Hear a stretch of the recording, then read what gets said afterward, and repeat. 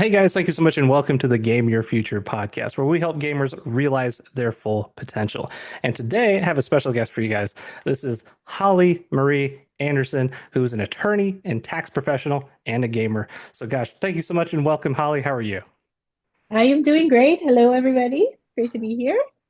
Awesome. So, thank you so much for coming. So, tell us a little bit more about what you do. And gosh, being and you said an attorney and tax professional and a gamer, that's got to be a lot. So, tell us what you do. Yes, attorney, tax professional based in Phoenix. I own my own law firm, baby law firm. We just turned 1 year this month, so that's pretty exciting. Nice. And prior to that, I've owned a tax preparation company that has been in the family. And so I've been in charge of that company since 2014. So we hit 10-year anniversary under my leadership last year. Wow. Yes. And like you said, gamer. I've been playing Final Fantasy as long as I've owned my first company, also since 2014. That's my Perfect. main game that I play. I love it. So, I've been doing taxes as long as Final Fantasy. Exactly, right? It's easy to remember. I don't, That's right. too Yeah, many yeah, numbers, that you start getting confused. makes it much easier to remember when you started. Awesome. So tell us a little bit about kind of that kind of situation, I guess, because there's a lot of gamers out there. I know I've in the past myself included, having used to work at like a big Fortune 500 company and trying to balance that time, right? To say, well, I'm a gamer, I love to play games, and as we move into adulthood, it's like, oh, there's less time to play, and a lot of people drop out. A lot of people are like, well, as a kid I was a gamer, but not anymore. Now I'm an adult. Now I'm a professional. Now I'm a whatever. But we still have hobbies. We still have free time. But then you have, I guess, more demanding professions like, being an attorney. Everybody has that kind of that thought. It's like, oh, wow, you have no free time. But tell us about Yes, like, how your free time has changed, I guess, being an attorney, and then how you're still able to balance that with playing games. it definitely has changed. So I obviously had a lot more flexibility to invest into hobbies like gaming before I became a business owner. When you're working somewhere like a 9 to 5, your schedule's pretty predictable. So you kind of know your free time, when you're going to be able to log in. It's easier for stuff like rating, statics, that kind of stuff. Um, but now I do find that, for example, during tax season, I log in to make sure that I don't lose my house. But then that's kind Yep. of the only times that I'm logging into the game. So and people kind of know that. Everybody in the game group adjusts to that. So in that aspect, I do see the impact. But I definitely believe in balance. I think that burnout can happen both in the workplace and in gaming. And so kind of try to treat it the same. If you have a balance between your work, your home life, your personal stuff, I think that you're going to be more successful in all areas versus overworking yourself in one area. So, and I've definitely been guilty of both. I've had moments where I just went super hard into gaming and, I was great at whatever game it was or whatever I was doing, all the hours I was putting into it. But then everything else was kind of starting to suffer in my life. And then you kind of start to reel it in a little bit. And so there's definitely moments where you wish you have done better in one area or the other. Um, but I think that it's just as long as you can refocus yourself and bring it back, always just rein it back to where you try to achieve balance. I don't think anybody is ever fully balanced, but as long as you're working at it constantly, I think that's super important to be successful in either arena. Right, because I think there's something to be said there as far as just continually trying, right? Because there's so many people that would just kind of give up. I guess it's Mhm. like, well, I'm not balanced, right? I'm not perfect. It needs to have, I want my life to be, 50-50 or at least, the feel like I'm in balance. And some of there's those days, of course, that you're to one side or the other. And so I was Yeah. curious kind of your thoughts on that too, because there are definitely people I've seen and heard that, you do it something once, you're a little too much on one side or another, and like you get burned out, right? Like I did too much work, I'm burned out, forget it. This job is Mhm. ridiculous. I'm gonna have to find a new job. I quit. And I guess what would you say to those kind of people that are just like on one end of the Yes. spectrum or the other and don't feel that they can, I guess, calibrate? I think it's something to sometimes even break it down moment by moment. How can I tackle this next thing? Um, and then sometimes it takes looking at the bigger picture. Like, how is the pattern that I'm in, say if it is burnout. And again, like I said, going back to what I mentioned earlier, I've been in that loop where I've burnt out on the game because I put too much into it. And then I'll shift focus and I'm like, oh man, I need a break from that. And now I'm burning out on work because there was no sort of balance there. And then it is easy to get discouraged, like, well, how am I going to, get back on track? And so in those moments, I think it's easier to take things just in stride, try to, again, manage your time. Time management is a big thing. Try to prioritize things to where you're bringing a little bit more balance. I think a lot of times people try to just get it all right the first time, and then that doesn't happen, and they just walk away. Wash their hands of it. They're done. And we don't live in a perfect world. Like, things are never going to go according to plan. And so even me, as much as I love to have a plan, I also try to be very aware when I'm making that plan that things are going to come up that are out of my control. It may not look like what I want it to look like at the end of this, but it's also about the effort that you're taking and the steps that you're making to try to get there, and then keeping in mind what your end goals are. So if you were somebody who was, say, heavily into gaming, and you have a goal to start a business and you don't know where to go or how to start, really look at, okay, what are your goals? What do you want to get? And then how can you get there? And kind of prioritizing things, making a plan. But also, I think it's just as important to give yourself grace when things don't go your way, or according to plan. And some of that can be your own fault. We all mess up. And Yep. sometimes it can be things that are completely out of your control. But if you get into the habit of just kind of being able to go with the flow, not necessarily forsaking everything that you've planned and laid out, try to make the most of the situation that you're getting put in, then I think that you'll find success more often than not. That's very good advice. I love that because I think one of the things that a lot of gamers, we kind of think, right, is that we focus, outside of the game. I think we focus too much, like you said, on what we can't control. Because in a Mm-hmm. game, I think it's very easy to understand, right? Because in a game, you can kind of push the boundaries to say, all right, my character, my avatar can do this. I can, it's a lot more limited, so it's much more Mm-hmm. clear, I guess, what we can control versus what we can't. And then when we Yes, get out of the game we suddenly feel like, okay, well, it's a much bigger world, right? In real life. So therefore I can control a lot more, but not everything. not So everything. one of the things I think people get kind of overwhelmed with how much they can control or want to control. Right. So I love that. So I guess what do you think as far as how people should view that as far as like the how much you can control in your life? One thing that I learned both in like professional and personal life is that really a lot of the time, the only thing I'm in control of is myself. You can't, if there's somebody else in the room or somebody else in the game, in your party, whether you know them, you don't, business partners, new clients, colleagues, any capacity, as soon as there's another person in there, some of your control is out of the window, right? Um, and I think a lot of times we set expectations on other people based on our own, whether it's our experiences or how we operate, our way of doing business, our way of just doing life, playing the game. We take our own preferences and we build these expectations that sometimes I think we don't even realize that we have. And then we place them on other people. And when people don't live up to it, then we're disappointed. you know and so for me, one of the biggest lessons was, as much as possible, try to be aware of when I am placing somebody, it could be my work ethic, those expectations. I expect somebody else to do it the way that I'm going to do it. Um, and, I don't know the quote exactly. I'm sure people can look it up, but I remember it was Michael Jordan.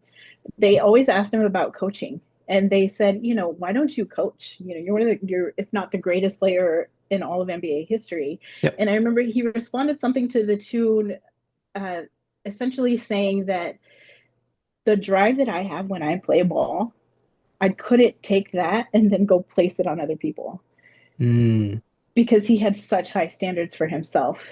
And that always stuck with me because I am a little bit of a perfectionist. I deal with numbers, taxes, it's numbers all the time. Everything has to be balanced, right? It has to work out. And so it does cause me to be have a lot of attention to detail. Again, I'm not type A. I'm a little bit type A, but not, I still have a lot of compassion for people. I am a people person. I do love that aspect of it. And so, kind of when I mix all of these things together that make up me, I operate a certain way. It's completely unfair for me to expect somebody, whether we're together or whether we're in this to than I do. So I think that's the biggest thing is if we can learn to kind of just focus on what we can control, which a lot of times is just your own thoughts, what you're doing, how you're acting, how do you make people feel with what you're doing and what you're saying and what you're bringing to the table. A lot of times that can relieve a lot of stress and anxiety because you're not worrying about things that you literally cannot do anything about. And then same things goes for situations, things that come up, fires that happen. We always, especially as business owners or people in the business field, you're always going to have stuff that comes up that you have to deal with. Again, if you can just kind of get in the habit of realizing that like that's out of my control, my only job, what can control? What's my reaction to what happened? Okay, let's make the most of that, right? How am I going to react to this? Where's the solution? How am I going to fix it? And it kind of melts away a lot of stress and anxiety that otherwise a lot of people will just carry. Yeah, because that, and I think what you mentioned, huge as far as like the perfectionism too, right? There's so many of us that want it perfect, that Mm-hmm. everything has to work out perfectly what we do. Yeah. And I think again in games we can do a lot more, I guess, or kind of get to more of this ideal state, I guess, in games, and to the point of trying to get perfection. But in life, things are messy, things are Yes. imperfect. Yes. And so I guess how have you seen that difference in yourself between, games and reality on that perfectionism? It definitely helps me to relax a little bit. So I mentioned that Final Fantasy is probably my favorite game, 14 specifically, the one that I did start playing 10 years ago. So that one taught me a lot of different things. Like up until that point, I think I had played a lot of first person, just single solo player games. I didn't know what an MMO was when I got into this. I just knew that I loved Final Fantasy from back in the day. And so when I was kind of older and I was able to buy my own gaming system, at that time 14 had come out and I didn't know anything about it. So I got into the game. I was like, why are there so many like characters running around, right? Not even realizing that all of these people are real people. Um, so kind of getting into it, I had to learn to adjust to kind of adapt. There was a lot of skills that I kind of had to learn to play that particular type of game. And as I started falling into it, you learn pretty quickly on that in those types of games, you've got your tanks, your healers, and then you've got your DPS. And I just quickly fell into healing. And I learned a lot of skills, surprisingly, healing dungeons that have also kind of transferred over to the business world because I think I used to go in thinking that, nobody should ever die, right? And if they've died, I've failed at my job as a healer. So again, that perfectionism was like creeping into the game. And so trying to navigate, like, it's okay when everybody wipes, it's gonna happen. You can't keep everybody alive all the time, Yeah, as much as you do try, setbacks it is your happen, right? job. That's yeah. Yes, things are going to happen. It definitely helped me to realize that, I could be, perfectionism does not necessarily equal being good. And so it taught Mhm. me that I could be a good healer and things not go my way. And same thing, once you kind of start learning that I don't have to be a perfectionist to be good at what I'm doing, then that same lesson can be applied to perfectionism in any area of your life, business, same thing. I could be good at what I'm doing, but I'm not going to be perfect. There's going to be mistakes.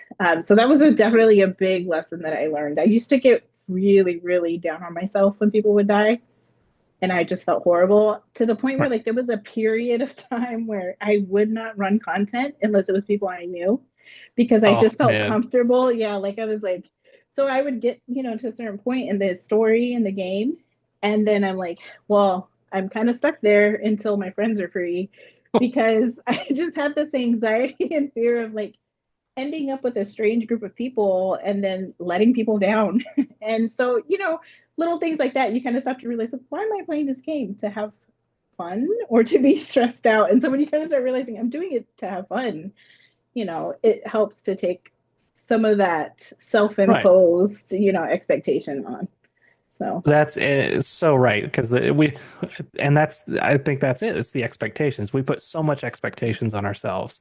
yes. And whether, like I said, in games, and then when we pull it outside of games, right, we're the same person Mm-hmm. outside of the games that we are in. So we're doing the same kind of thing. We're putting these huge expectations on ourselves and sometimes on others, which is why we get frustrated with ourselves or others, just say like, oh, they didn't meet our expectations. And the expectations could be like, perfectionism, which is like impossible. Exactly. So it's like, well, Exactly. how am I Yeah. supposed to live up to perfect? Right. Yeah. And then they're looking at you like, what's wrong with you? They have no idea that we had this standard set, that wasn't met. And, I'll be honest, I found myself in a lot of situations where I'm something has gone a certain way or not gone a certain way, or somebody has reacted in a certain way, whether it's been a client or, you know, whoever. And it's not until I find myself slightly disappointed that I realize, well, where is that coming from? Oh, And then when I really kind of go back and evaluate it, then I'm like, oh, there was this I didn't even know I had the expectation placed, that I expected it to go this way, or I expected them to react more positively, or do this, or come back with this. And then it didn't go that way. And now I'm stuck, feeling this type of way. So, yeah, sometimes it just comes out of left field. You don't even know. But I think even in those situations where you're not able to catch it before it happens, being aware of it afterwards so that you can address it for the future, is the best you can do. that makes so much sense. So that, and gosh, if we can do that, if we can take away these kind of unrealistic expectations, I think that's part of, the frustration, like what we're talking about. And I guess, if you wouldn't mind kind of walking us through like kind of some of that, process as far as like how do you think about that? Like how do we get out of perfectionism, I guess is the question. Like what other tips do we have there? I think a big thing is being honest and transparent about the entire situation, both with yourself and with other people if they're involved. Um, a lot of times I have found in the past where I may react, in a negative way, not necessarily in like a mean way, but Hmm. I am a very happy, chipper person, and wear my emotions all over my face. And so if I am thinking about something, or I'm just like, that caught me off guard, you're going to see it right away. Uh, And so I realized that sometimes I would just internalize everything and not communicate. Or even within myself, if it was an issue, where I'm just dealing with it in myself, not being honest with myself, well, then that's not really growth either. It's like sweeping the rug over it. You're not addressing that. And for me, I have found in certain situations where, without that communication, other people can then see that, and now they have no context, right? They have no context for your reaction. They don't know what's going on. And even if your explanation is simply, well, hey, I expected that this was going to go different, or I thought that you would react better, or you know what, this just caught me off guard. It has nothing to do with you. I just am, I need some time to deal with whatever I'm going with internally. A lot of times that's all people need. And if you don't communicate with people, then there is that potential where they can just form whatever thoughts they can overthink. They can get into the same nasty cycles, and now there's just confusion and uncertainty, and there's no clarity for anybody. And so yeah. I have found that honesty and communication is always the way to go. And I feel like those two things have really gotten me very far in my life, both professionally and personally. um, I feel like people are generally good people, you know, and willing to give grace if you're just honest with them. So even dealing with clients, a lot of times, sometimes I, again, going back to expectations, like I'll tell myself, I want to have this done by this date for this person, and and then that date doesn't come and nobody else knows about it, but I know about it and I'm upset Right. about it. Or in cases where it may be a situation where the client is expecting something by a certain date and things happen, whether in your control or out. I have always found that it's just better for everyone to just be honest. Don't hide from anything. Just, hey, something came up. Yep. I can't, this has pushed me back. Something else, there was a fire with somebody else and I had to put that out. And now I'm set back on this. And I would say probably I don't think I've ever had anybody react in a negative manner when I've been completely honest. Yeah, because that's such a challenge, I think, too, with kind of corporate kind of situations, because there's like the office politics too, because it's Yes. like you want to be open and transparent, and like I think communication, like you said, is key regardless. And then there's definitely some people that like to push the problem aside or not deal with it because it's like, Yeah. well, that's going to have more ramifications because now the boss is going to know, and that's Mm-hmm. so. I guess what would you think in kind of these corporate environments? Is that still kind of the same message and how, like as far as honesty and communication, I guess, what are your thoughts? Yeah, I definitely think that still, at least for me personally, again, that's just how I operate and how I've found that it's better. And it kind of goes back to earlier saying like you're only in control of yourself. And so, same thing, if you're in an office where all of your superiors want to do something that's maybe not right or illegal or, blurring the lines a little bit, and say you're the only one to stand up and say, hey, this isn't right. Or, at the end Yeah, of the day, you're not responsible for anybody else. yeah. And there So, was one. again, if being honest, I would say being honest and about the communication is going to relieve your stress and your anxiety. I kind of feel like that's the better route to take. Right, because you have to deal with the feelings, the ramifications within yourself, right? So making sure Right. that yeah, and not just like oh it feels good or whatever. It's like, but it really is like you'll have like certain regrets or it'll gnaw at you Mm-hmm. if you do something that's kind of counter to like how you feel or how you would expect to react, right? Exactly. Yeah. So at the end of the day, can you look at yourself? Right. I know we've heard it a million times. People say it all the time. Like, you have to look at yourself in the mirror at the end of the night. But it really it's true. Right, and You're in it bed so at like night I know and people you're think the it one might that be has to deal with cliche it. or something, but like at the same time, it's like no, it's sometimes cliches are cliches for a reason, but really it is that kind of regret, right? That I think what we're talking about. It's like you don't want to have these kind of lingering regrets just because you weren't authentic to yourself and what you were thinking.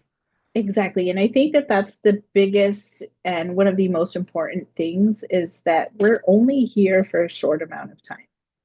Right. And so, in whatever capacity that you're making an impact, whether you're playing a game, whether you're working in a corporate office, whether you're starting your own business or you're a seasoned business owner, you're retired, whatever the case may be, your life has meaning and it has impact on the people around you, whether you want it to or not. It just does. And so, what are you going to do with that time and how are you going to spend it? And the one person that you're going to spend your entire life with is yourself. So why spend that time feeling that guilt or feeling down, having the anxiety? It's going to happen, it's going to come, but I think it's all about how you react and adjust to it and constantly striving to just, again, be better. You're never going to get there. I think it's just about always picking yourself back up and trying again, never giving up, just constantly Just giving constant it another improvement. go. Yes. Absolutely. I love that because just the simple act of just wanting to get better, just trying to get better is just it compounds on itself and you won't realize how far and how fast you've gone when you do it that way. One of the great phrases I've heard is that I think it was might have been a Bill Gates quote that was you was it you don't know like you overestimate what you can do in a year, but you underestimate what you can do in 10. Yeah. Because we try to plan and try to get as much done as we can, and like this year I'm going to do this, this, this, this, this. Like wow, that's a lot. But if you think back 10 years, how many things have you done over 10 years? It's like, Exactly. it's a Yes. lot. Did Yes. you ever And think you were going to be where you are 10 years ago? Like, I didn't. No, definitely not. exactly. Like Yeah. it's, and then even more recently, like looking back a year ago, man, I didn't think I was going to be where I'm at now. Um, so yeah, I definitely see the importance of both big picture thinking and also moment to moment thinking. Because same thing, I've always been the type too where I do plan big goals, but then I try not to get too lost in them Mm. because 10 years again, it's a long time, and it's easy to Yeah. lose sight. And so when you kind of break it down into something that's more manageable and bite sized, I think it's easier to have a bigger impact. It's good to have big goals. It is, Yep. but don't get too hung up on the bigger picture because Don't get hung up again, with the, because I say that's where I've definitely, I'll say my personal, situation. I've definitely been the big picture thinker, and then it's like, oh, the details. Like, so I think we're different in that regard, where it's like the details. I'm opposite. like, those will sort themselves out. Yeah. Maybe we'll get to that. Hopefully, right? We'll deal with it when Like it whatever. catches fire. So not detail oriented, right? It's like, well, so muddle through, but that's how I do Yes. it. But yeah, but having, so it is that balance like we're talking about, like we Mhm. said at the beginning, like having that big picture goal and not getting lost in it, like I might have, but like, and then Yes. being able to do the And detail work, to being able to move forward on and taking action, right, and having those like the little steps along the way are so huge. And I know that's one of the biggest things, for those that want to do, their own business, and tell me what you think as far as just the simple act of taking action, right? It's just simply sometimes you're like, I don't know what to do. I don't, it's like sometimes it's like, well, just you got to do something. You got to move forward. And yes. even if it doesn't work, like I said, not, let's not get lost in perfectionism. Let's do something Yes, it and we is can learn from it. it's very easy. It's very easy to get lost in the overthinking. I was just encouraging a friend right before I got on this call with you. Uh, Same thing. She's also a fellow attorney, but I basically was telling her the same exact thing. Don't get lost in all of, you know, the extra stuff that doesn't really matter, and really kind of pull yourself out of the overthinking and just start doing, right? You know what your end goal is or what your ideal solution to this issue is. And I think if you can pull yourself out of that and just take a step. And sometimes, a lot of the time, when you get into situations, a lot of situations require a lot of faith for that first step. You don't see the end. It's like stepping out into the ocean. When is how far does it go? I can't even see the end of it. But another thing that I've found is that sometimes where we're at today, I may not even be able to handle seeing the end of my journey. And where my mind is now thinking big enough. This may go even further, and I think I do that a lot too with my businesses. It can go a lot further than I think it might at this moment. So I try not to focus too much on the end and just focus on what's right in front of me. How can I be the best at what I'm doing right now? What's a priority in this business? If I do want to start a business, what are the first steps? Put the best effort forward, because it kind of goes back to what you were saying. The details, they will work themselves out, as you get there. So again, it goes back to the balance. You can be detail oriented, but don't get hung on it too much, Right. because again, too much of any one thing can lead to inaction, right? Where now you're just not doing anything. You get so overwhelmed by everything that you're not moving at all. So yeah, Right. I definitely think that it's important for some people to have that faith to just start, just start planning, start moving, get into it. And a lot of times you're going to figure things out as you go. Right. That's the very key point that you bring up, that we don't necessarily know how it's going to look at the end. Uh-oh. Oh, we uh, might have lost Holly. But yeah, as far as looking ahead and not seeing the end, there we go. Oh, Holly's back. There we go. Yeah, I was like, I Awesome. don't know what happened. Short break. But yeah, we were talking about so just not being able to see the end, and but that being okay because you or not knowing how to get there because you can build the skills, you can learn on your journey, and so you don't have to. And so this goes back to the perfectionism. You don't have to be perfect from the outset, right? When you started school, you didn't know everything right before you went in. When you started playing a game, you didn't know how to beat it as you booted up the game. Like, so why do we think in life that like we go into a job, we try to start our own business and we're like, we have to have all the answers ahead of time? You've never had the answers ahead of time. Even if you've had like, take our gamer, situation, even if you had the strategy guide, you had the cheat codes that are like, this is how you can get ahead. It's like, well, you still have to learn how to use it and implement and figure out how the game works before you can even use that. Exactly. Because I can give you the best strategy in the world, but if you don't know how to play the game, it doesn't do you any good. Yes. Yeah. I can't tell you how many strategy guides I watched or like YouTube videos on different dungeons. Again, from that fear of, I don't want to wipe. I don't want to wipe. I don't want to wipe. And my friends are busy and I want to clear this content. And then you go in, it doesn't go like the guide because those people have gone in and done it who knows how many times to be able to adequately explain every mechanic to you. So again, it's placing those expectations, you know, based off of what we see, what we're experiencing, when a lot of time it is just about getting up and doing it and being okay with things not going right, failing, having to try again. There is a lot of failure, there's a lot of no's in business from people, depending on what area you're in or what you're doing. There's a lot of people who might look at you and say that you're crazy for, wanting to do what you're doing. Um, but at the end of the day, again, it comes down to you and having that faith in yourself, and really saying, what is the purpose of this? Why am I doing this? Why do I want to do this? Why do I want to start this business? Why do I want to have this podcast? Why do I want to do this, that, whatever the case may be? And really evaluating that so that you can, again, move forward and start doing it. So I would definitely encourage people, don't get deterred by other people's opinions. Again, at the end of the day, if you're the one starting the business, who does it fall on? You.